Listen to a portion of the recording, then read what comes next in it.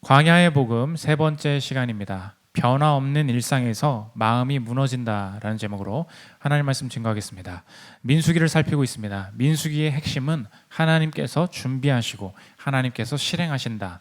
준비와 실행, 이것이 민수기의 핵심이라고 했습니다. 지금 광야의 길을 출발하기 전에 멈춰있는 상태의 이야기인데 오늘 레위 지파의 인구조사가 나오고 있습니다.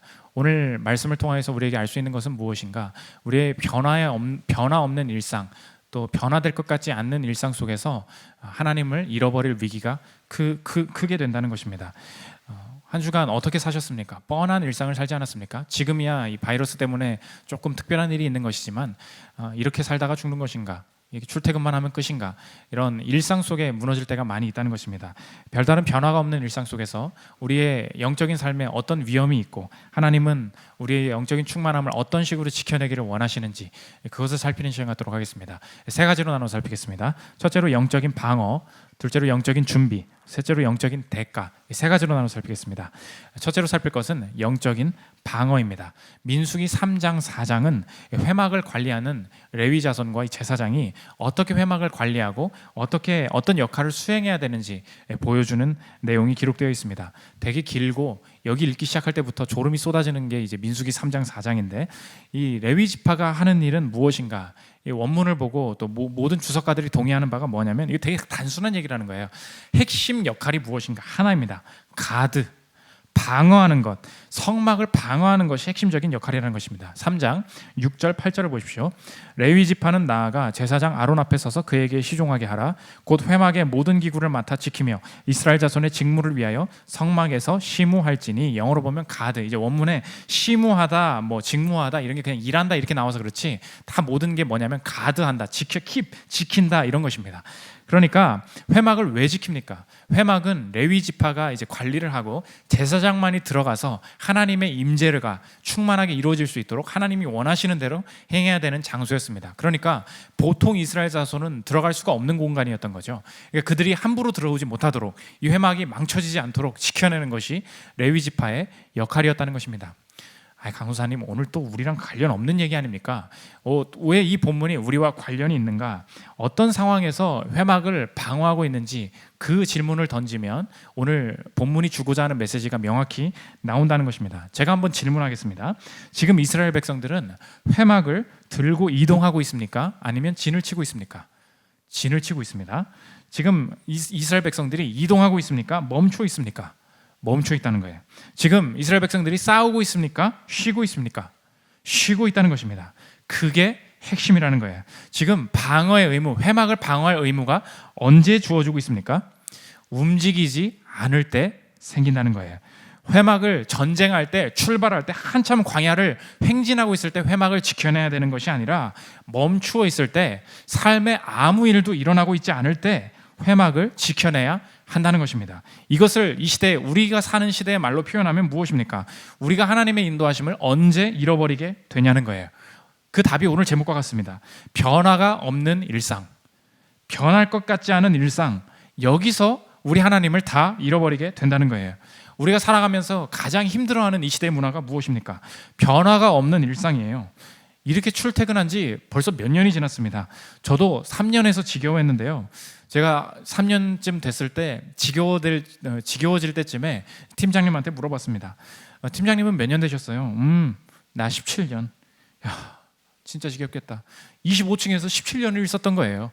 그럼 저 화장실을 몇백 번, 몇천 번을 들락날락 하던 거 아닙니까? 모든 변기에 그분의 채취가 다 묻어 있을 거 아니에요. 모든 손길에, 모든 사물함에 이 사람이 다 있을 거 아닙니까?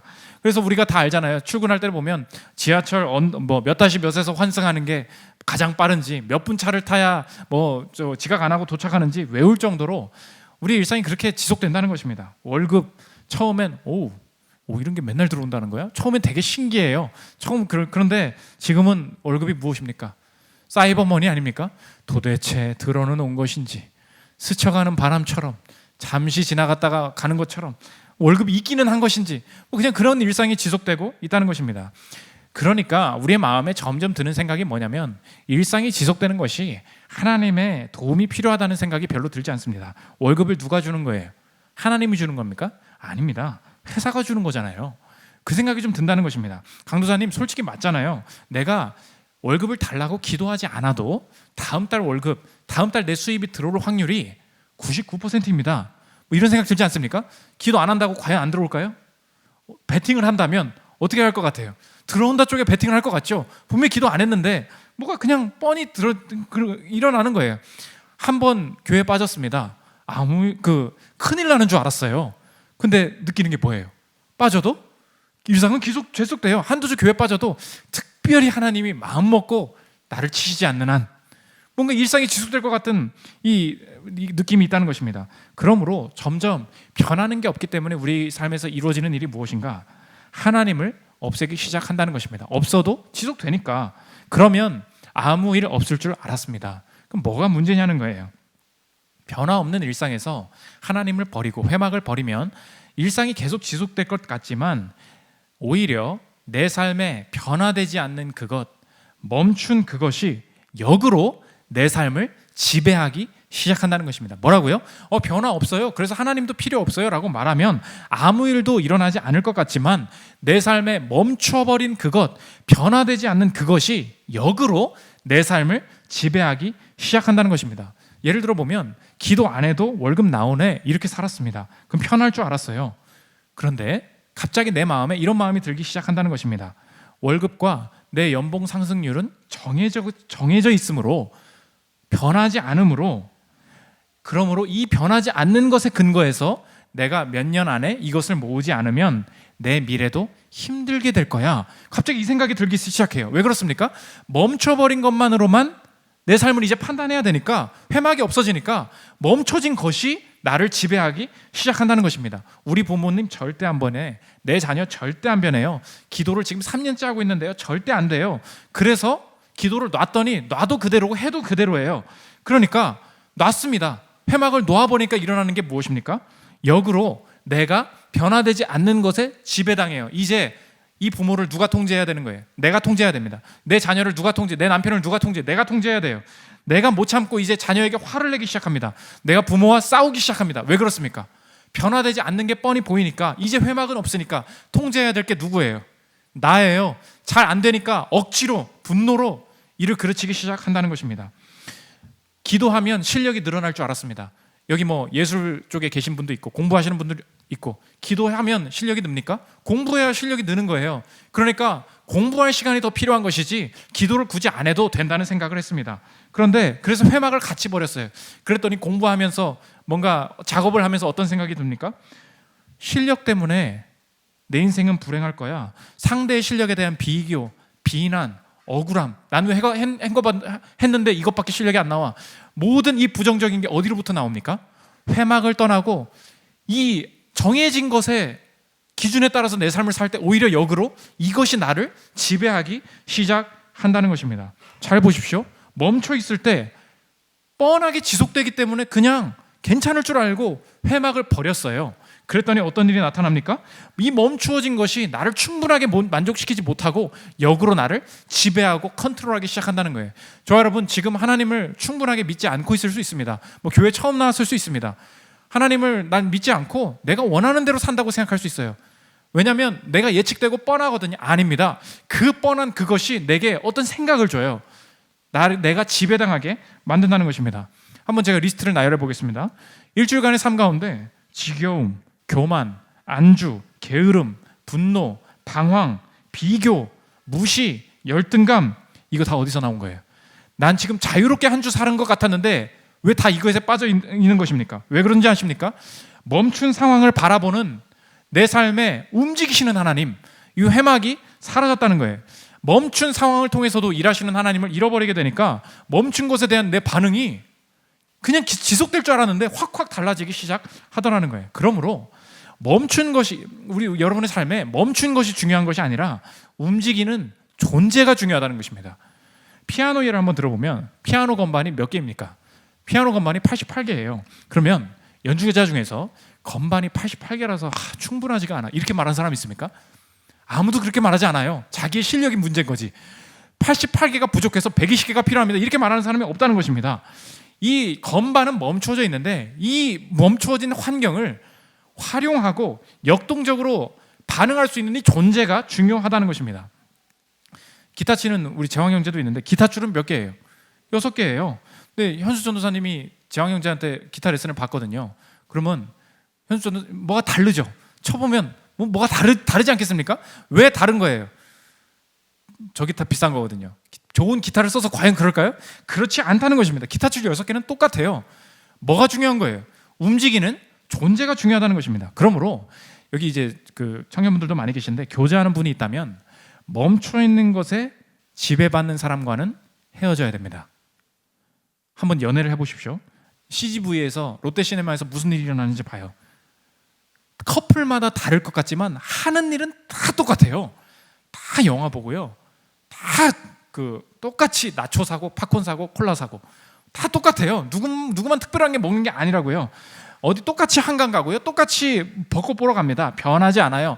사실 하는 거 보면 뻔하고 지겹습니다. 그런데 어떤 커플은 결혼하고요. 어떤 커플은 웃어요. 어떤 커플은 거기서 싸우고요. 어떤 커플은 이 뻔하다고 더 새로운 걸 원합니다. 결혼해 보십시오. 어떤 그 가정은 특별한 일이 벌어질 거예요. 그렇지 않아요. 다 일하고 돈 벌고 자녀 키우고 다 똑같다고요. 뻔합니다. 여기서 무너지는 게 무엇입니까? 이 만남, 이 상황을 살려내는 역동적인 존재가 중요한 거예요. 그러므로 여러분, 사랑하는 그 아내가 살려내는 거예요. 사랑하는 그 남편이 그 존재로서 이 상황을 살려내는 것입니다. 그런데 자꾸 언어에서 한번 점검해 봐야 돼요. 아, 나도 진짜 괌에 가고 싶은데, 우리 집에 있는 얘기가 아닙니다. 네. 이렇게 자꾸 뭐가 역동적인 환경, 멈춰 있는 것이 변하지 않기 때문에 우리는 불행한 것이다라는 말을 툭툭 던진다. 이 위험한 거예요.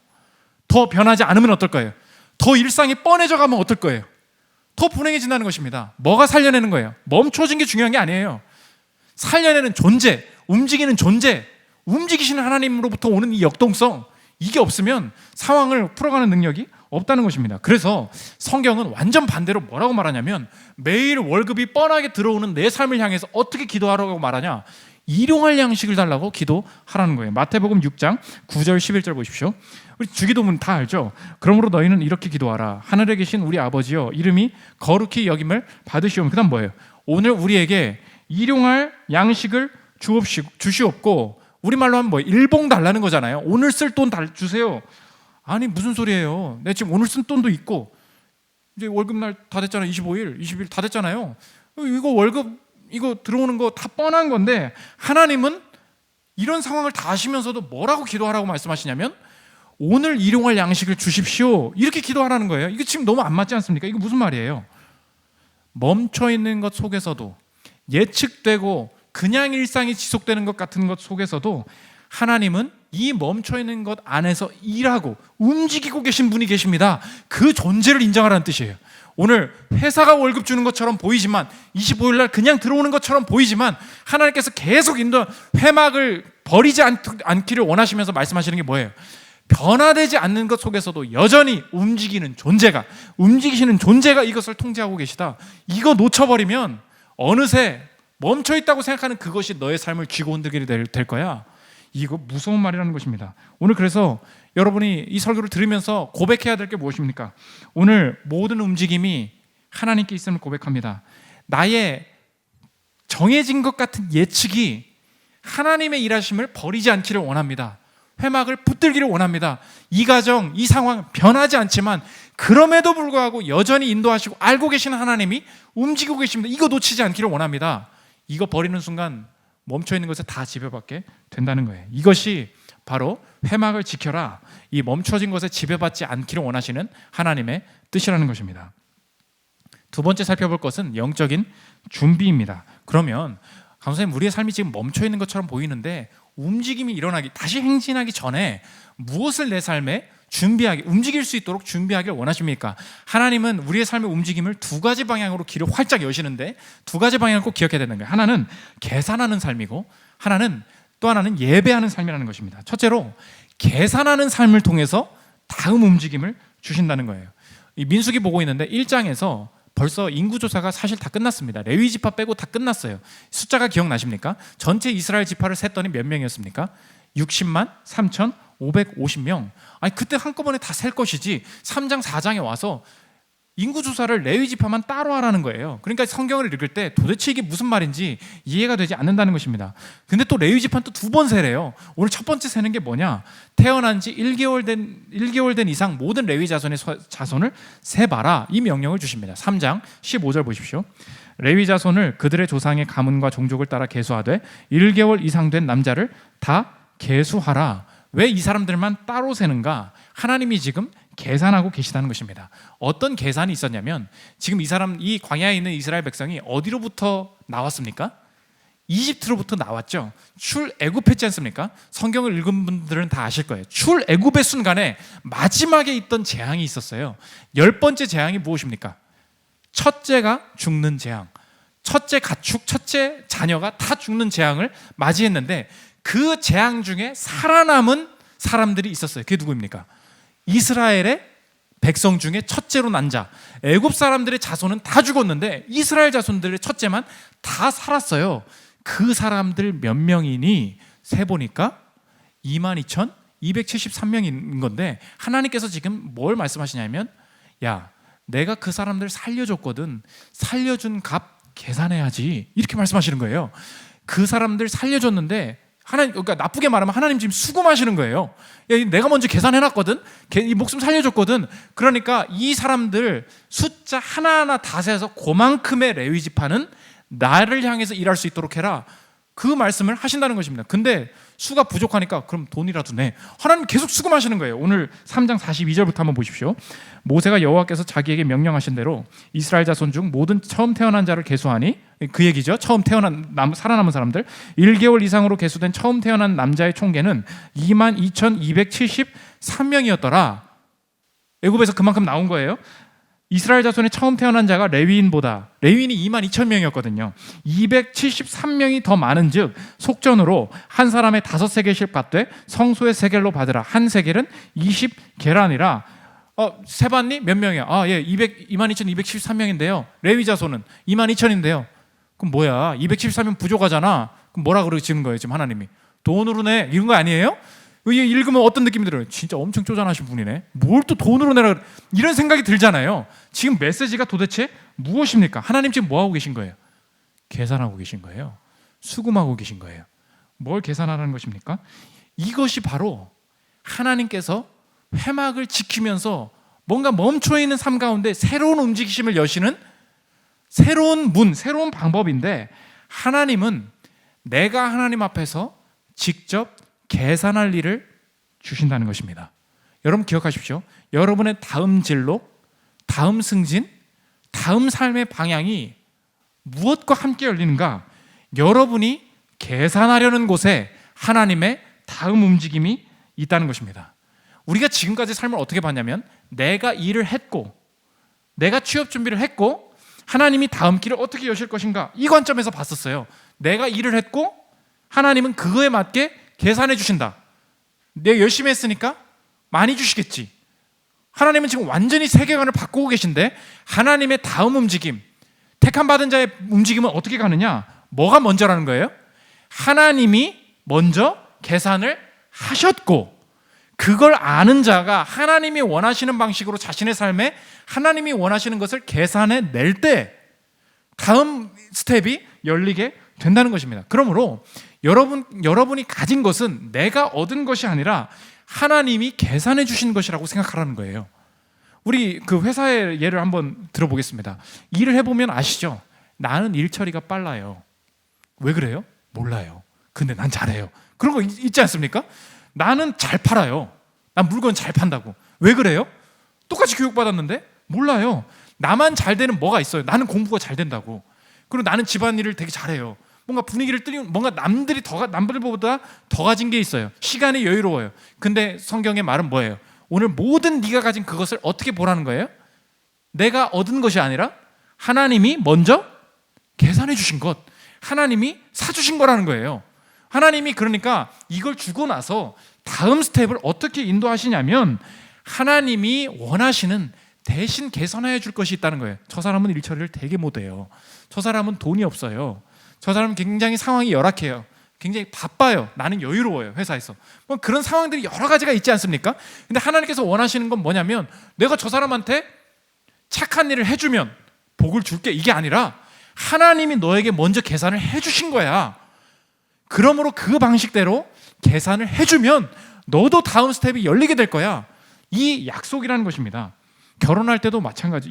그래서 지금 이 얘기하기 전에 이 계산한다 이 말을 교리적인 용어로 어려운 말로 뭐라 그러냐면 대속한다 이래요. 대속, atonement. 대속한다가 뭐예요? 대신 계산해준다, 대신 지불해준다, 이런 말이라는 거예요. 이것이 하나님이 우리의 다음 스텝을 움직이시는 방법이라는 것입니다. 결혼도 마찬가지입니다. 결혼 준비하시는 분들 많이 계신데 상대와 다른 이제 보면은 나중에는 모든 카드를 다 꺼내야 되잖아요. 그럼 이제 모은 돈이 얼마인지, 체력이 어느 정도인지, 그 어떤 그 고난의 인내를 이게 화가 어디서 폭발하는지 이제 그게 어딘지 이제 다 보이지 않습니까? 그러면 많은 영역 속에 비교가 된단 말이에요. 솔직히 그렇잖아요. 나는 이만큼을 모았습니다. 근데 이 사람은 못 모은 거예요. 나는 화를 되게 잘 참아요. 근데 뭐가 이렇게 뭐 일상에서 이렇게 짜증을 내는지 모르겠어요. 이 비교가 되잖아요. 그럼 우리가 그때 어떻게 합니까? 너도 이 돈을 이 정도까지 모아줬으면 좋겠어. 너는 왜 화를 이렇게 못 참니? 어떤 남편이 훨씬 더 기도 생활을 많이 하는 사람이 있고, 아내가 훨씬 더 성품이 좋은 사람이 있고, 다 다르단 말이에요. 어떤 방식으로 이 결혼의 다음 스텝이 열립니까? 대속이라는 거예요. 너도 모아가 아니에요. 내가 이 돈이 있구나. 이것으로 저 사람의 이 상황을 대신 계산하겠다. 내가 성품이 훨씬 더 일처리가 빠르고 뭔가 다 품어낼 수 있으니 저 사람이 좀 짜증나는 하루인데 내가 계산하겠다. 동등한 게 절대 아니에요. 다 다릅니다. 그런데 하나님께서 내게 계산하기를 원하시는 게 있어요. 그것을 행할 때 이상하게 이 결혼이나 어떤 이 업무나 다음 스텝이 활짝활짝 열리게 된다는 것입니다. 우리 교회에 고기 굽는 원칙이 있습니다. 우리 교회는 이제 청년들이 많다 보니까 뭐 먹어요? 그러면 늘 어디 가자고 하는 게 뭐 새마을 식당 가요, 뭐 갈비명가 가요, 뭐 다 그런 거예요. 고기를 누가 구워야 돼요? 뭐 둘 중 하나죠. 윗사람이 굽는다, 막내가 굽는다. 뭐 보통은 이제 회식하면 둘 중 하나 아닙니까? 우리 교회는 아니에요. 잘하고 쉽게 하는 사람이 굽는다. 가장 잘 굽는 사람이 굽는다. 근데 제가 잘 굽거든요. 그러니까 이게 지금 청년들이 버르장머리가 아니고 제가 만나면은 뭐 맨날 손을 움직이지를 않아. 삼겹살 나오면 내가 다 구워서 잘려서 다 먹여줘야 돼요. 그러면 제가 계산을 했으면 다음 움직임이 벌어진다. 그럼 다음 움직임이 뭐예요? 결제를 해야 될 거 아니야. 결제도 아니, 그러니까 움직임이 지금 이건 말씀이 적용이 안 되는 지금 상황인데 우리 빨리 움직여야 되는데 왜 이 얘기를 하냐? 고기를 누가 구워야 돼요? 윗사람이 구워야지. 막내가 구워야지. 이게 세상의 방식인 거예요. 그런데 고기를 누가 구워요? 잘 굽는 사람이 구워요. 그럼 누가 즐거워요? 다 즐거워요. 여러분 알아요. 난 이거 잘하는 거. 그래서 대속의 관점으로 세상을 바라보는 사람은 절대 교회나 세상에서 이런 말 하지 마십시오. 이런 말 많이 하죠. 왜 나한테 일을 또 시키는 거야? 왜 나만 꼭 이런 일을 해야 되는 거야? 이런 말 들 때가 많이 있지 않습니까? 직급 올라가 보면 다 알아요. 그 사람한테 일을 주는 이유가 있어요. 딴 사람 못 믿는다고. 그 다 느껴지시지 않습니까? 그 사람이 그 일을 계속하게 되는 이유가 있다고요. 그럴 때 우리가 받아들여야 되는 게 뭐예요? 하나님께서 내게 먼저 계산해 주신 게 많구나. 물론 부당한 것에 대해서는 커트도 해야 되겠지만 그 마음 가지고 나갈 때, 그래서 이 대속의 마음이 없는 사람들이 자꾸 말하는 게 뭐냐? 저 사람들은 왜 이런 일을 안 시키냐는 거예요.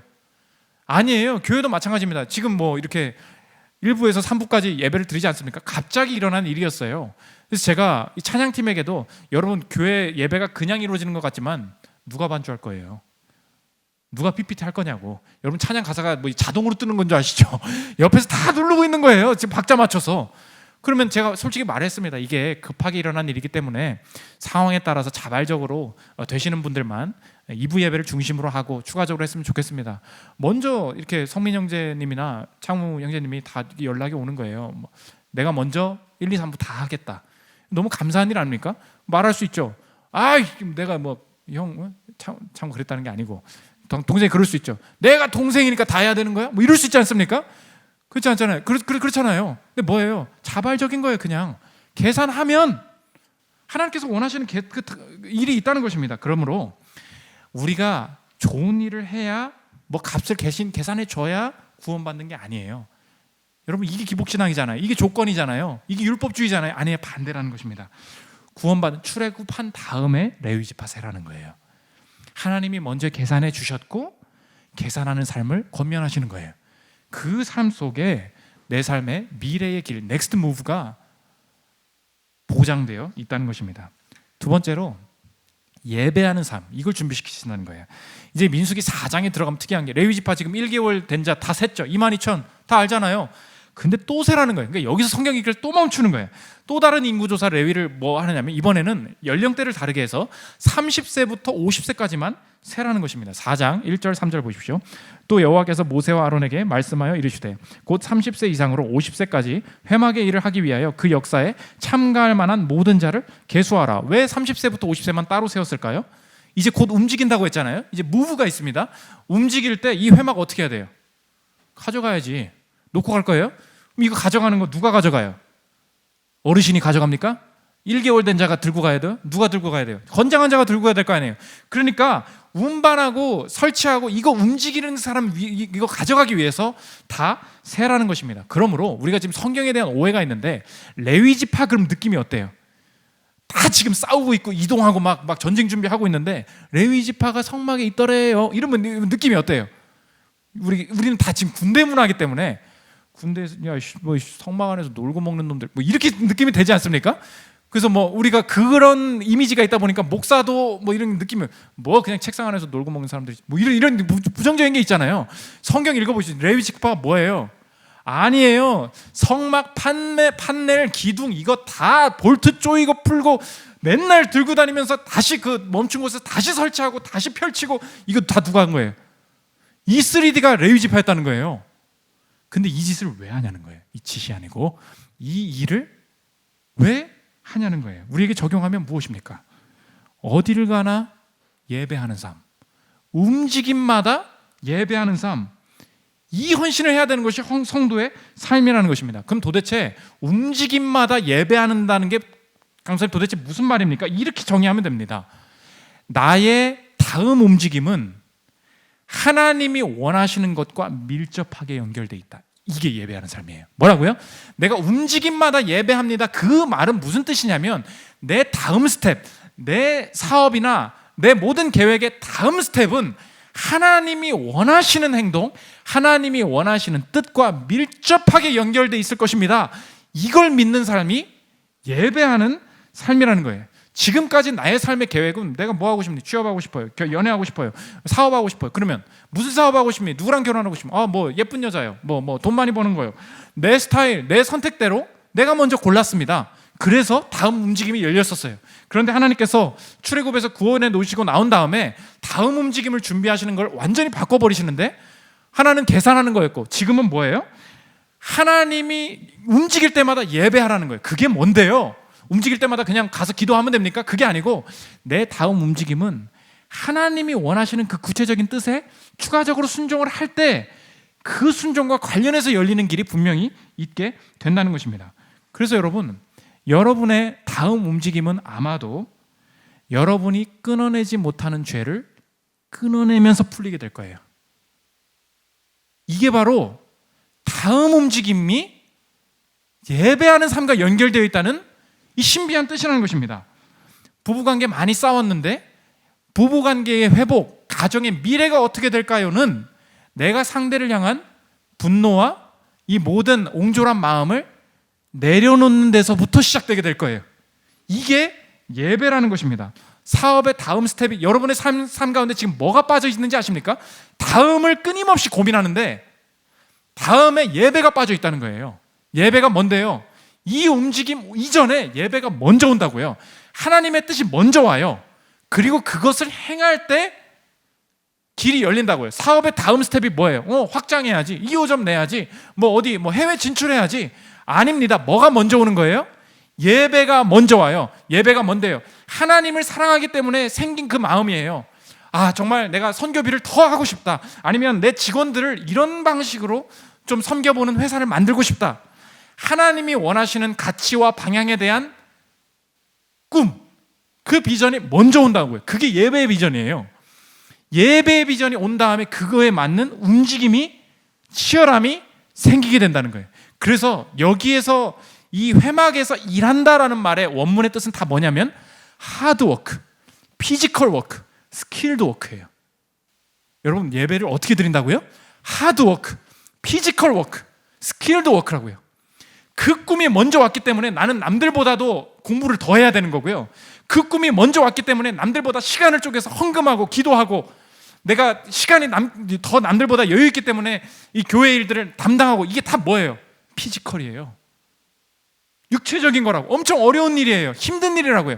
스킬드예요. 전문성이 필요해요. 남들은 30대 40대 되면 다 돈 벌고 놀다고 얘기하는데 하나님께서는 내게 원하는 연구 분야가 있고 하나님께서 더 공부하기를 원하고 더 엎드리기를 원하시는 어떤 내 사업의 분야들이 있어요. 남들은 다 노는데 아니에요. 하나님께서 뭔가 이거 파고들라고 원하시는 것 같아요. 그래서 나는 더 공부하고 실험하고 해요. 이게 뭐예요? 스킬드 워크. 이게 예배라는 거예요. 여러분 지금 인생의 넥스트 스텝에 뭐가 빠져 있는 것입니까?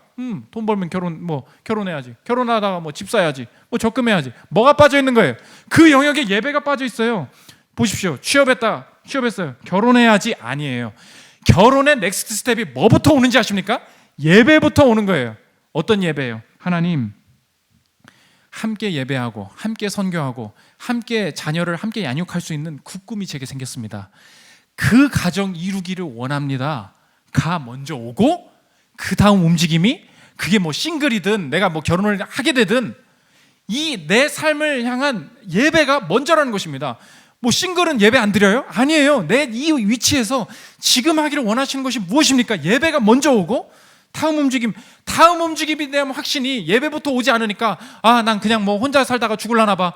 이게 감사가 없는 거예요. 여기서 할 수 있는 일이 엄청 많고 지금도 설레고 바쁘고 스킬드, 피지컬, 하드여야 되는데 결혼하기 전까지는 아무것도 없는 거야. 다 인생 망한 거야. 뭐예요? 아무것도 아니지. 하나님에 대한 뜻을 사모하는 것과 다음 움직임이 연결되어 있다고요. 취업했어요. 돈 모아야죠. 돈 어떻게 모아야 됩니까? 하나님이 돈을 뺏어가시는 분이라는 생각이 있어요. 그러니까 돈을 막상 벌어보니까 헌금도 힘든 거예요. 아닙니다. 뭐가 먼저 오는 겁니까? 하나님, 내 이 수입은 정해져 있는 것 같은데 움직이시는 그분이 계시니 이 돈을 활용해서도 내 삶을 풍성케 하시고 더 많은 사람들 향해서 돕고 더 교회를 향해서 섬기고 이 가정이 풍성해지기를 원합니다. 비전이 먼저 왔어요. 그러면 그 다음에 해야 되는 게 뭐예요? 돈에 대해서 하나님이 원하시는 움직임이 먼저라고. 그게 11조 아닙니까? 그게 헌금 아니에요? 그게 먼저 온 다음에 부족할 줄 알았는데 부족하지 않은 길이 열리더라. 이게 먼저라는 것입니다. 자녀가 생겼어요. 어떻게 해야 됩니까? 좋은 학교 보내야지. 이게 아니라는 것입니다. 예배가 먼저라는 거예요. 이 자녀가 정말로 하나님 앞에 바로 서기를 원한다 부터 자녀를 어느 학교 보내야 될지, 우리 가정이 어느 아파트에 살아야 될지, 이게 다 정해진다는 거예요. 제가 이전 교회 다닐 때 교회를 굉장히 사랑했는데 회사가 굉장히 바빴습니다. 포항이랑 서울에서 이제 왔다 갔다 하면서 저희 교회를 섬겨야 되는 상황이라 교통비가 수십만 원씩 들어가고 했었어요. 지금 그것만 해도 교회 때문에, 제가 말씀드렸죠. 첫 월급이 안 나온 상태에서 왔다 갔다를 하다 보니까 생활비가 없어가지고 제가 지웅이 형한테 20만 원 구제를 받은 사람이라고 제가 그 얘기를 했지 않습니까 옛날에? 교통비도 너무 많은 거예요. 뭔가 손해본다는 느낌이, 돈을 벌기 시작하는데 손해본다는 느낌이 계속 드는 거예요. 근데 목사님이, 이전에 이제 같이 섬기던 목사님이 저한테 포항이 된 이제 재무실은 포항이랑 서울이랑 두 개가 있었어요. 그러니까 둘 중에 하나가 되는데 자꾸 위기가 뭐냐면 이제 서울 꽉 찼대. 이제 포항밖에 못 간대. 나 진짜 싫었거든요. 근데 이거 잘 돼야 되는데 하는 치열한 와중에 목사님이 그러는 거예요. 너 포항되면 회사 그만둬. 그러는 거예요. 너 포항되면 회사 그만둬. 그러는 거예요. 제 마음속에 어떻게 했을까요? 아니, 이 목사가 진짜 한 성도를 죽이려고 그런 불끈하는 마음이 살짝 들었다가 집에 가서 생각을 해보는데, 그러겠습니다. 그랬어요. 그러겠습니다. 속으로. 마음의 예배에 무엇이 있었냐면, 나의 다음 움직임은 하나님이 원하시는 것과 밀접하게 연결되어 있을 것입니다. 이 생각이 확 오는 거예요. 서울에 무조건 될 것이라는 확신이 생겼다는 게 아니라 하나님이 원하시는 것과 내 직장의 위치도 연결되어 있다는 확신이 확 오니까, 하나님, 서울이 되든 설령 포항이 되든 하나님이 원하시는 그 방향으로 모든 것을 조치하겠습니다라는 확신이 오는 거예요. 그리고 나서 서울이 된 거예요. 뭐가 먼저예요?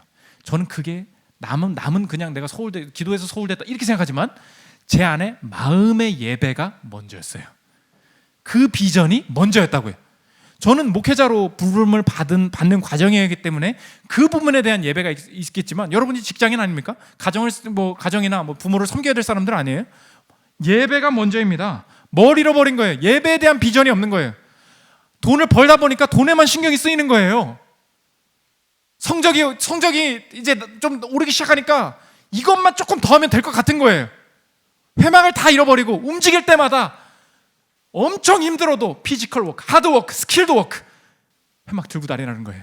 다음 움직임도 주님 손에 있습니다. 이거 놓쳐버리는 순간 광야에서 길을 잃어버리게 된다는 것입니다. 마지막 세 번째, 영적인 대가입니다. 강사님 말씀은 좋은데 내가 레위 지파가 아니잖아요. 출애굽한 이스라엘 백성들이 살아남았으니까 레위 지파가 그렇게 했다는데 왜 나도 하나님 앞에 서서 뭔가 이렇게 깐깐해 보이는 이 구약 성경에 어떤 뭔가 하나님이 뭔가 계산적인 것처럼 보이고 나한테 뭔가 이렇게 뭘 요구하는 것처럼 보이는 이 하나님한테 내가 왜 일부러 나를 변화 없는 일상에 가두는 듯한 뭔가 못된 하나님처럼 내가 느껴질 때가 참 많이 있다는 것입니다. 이거 내가 왜 순종해야 됩니까? 우리 인생도 마찬가지라는 것입니다. 지금 이 본문은 우리도 이렇게 똑같이 따라하면 너도 구원을 받을 거야 라는 이 본문이 아니라 우리 인생에도 하나님이 마찬가지로 행하셨음을 보여주는 장면이라는 것입니다. 우리 존재에 대해서 우리의 삶도 그냥 일상이 멈춘 것 같이 보이지만 우리 인생의 운명이 뭐예요? 우리는 이렇게 변화를 추구하면서 살다가도 영원히 멈추는 것을 경험하게 됩니다. 그것이 무엇입니까? 우리 인생이 멈추는 것, 그게 죽음 아닙니까? 하나님, 움직이시는 하나님과 떨어졌기 때문에 우리 인생이 마주해야 될 운명은 영원한 멈춤, 영원한 죽음밖에 없었다는 것입니다. 그러나 움직임을 만들어내시는 하나님이 나에게 먼저 계산하셨다는 것입니다. 레위 지파로 계산하셨잖아요. 우리는 도대체 뭘로 계산하셨습니까? 그 답이 베드로전서 1장 18절에 나온다는 것입니다. 너희가 알거니와 너희 조상이 물려준 헛된 행실에서 대속 나오죠.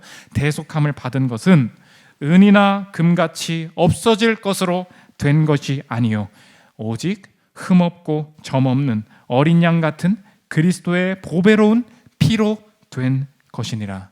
누가 네 인생에 계산 안 했대? 누가 너 보고 먼저 계산하라 그랬니? 너 보고 언제 은 내놓으라든 금 내놓으라든 마스크 내놓으라든 교회 마스크 내놓으면 네 인생 잘 되게 해준다 그러든 너의 인생은 이미 계산된 존재야. 무엇으로 계산되었는가?